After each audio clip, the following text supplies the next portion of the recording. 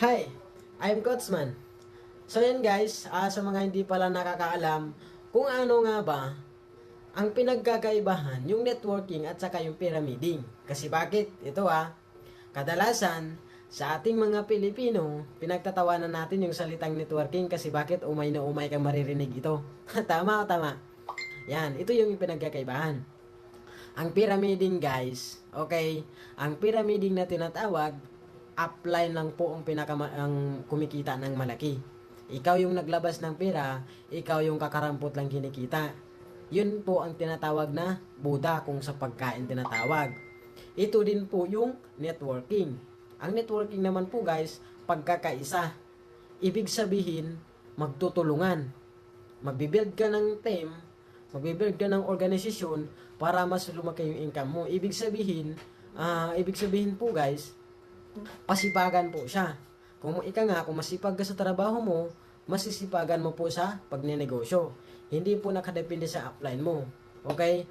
Upline ka man o downline ka man, wala pong pagkakaiba guys. Okay? Kung mas masipag ka sa taong nag-invest sa'yo, ibig sabihin, mas malaki yung potential na income mo. Okay? Ganun po yun guys. Wala po siyang fair. Pantay-pantay po pag networking tinatawag. Pagkakaisa po yan guys. Ibig sabihin, gagawa kayo ng organization, magbibuild ka po kayo ng team. Okay? Para sabay-sabay po kayo aangat lahat. Yun po tinatawag ng networking. Okay? Nagets mo na po ba? Ganun lang po yun guys. Kasi bakit? Sabi nga nila, kung gusto mo may pagbabago sa buhay mo at wala naman nakikita sa trabaho mo ngayon, dapat magdagdag ka po ng side hustle na pwede mong pagkakitaan. Ganun lang po yun guys. Kasi ang salitang pagyaman, hindi po siya madali.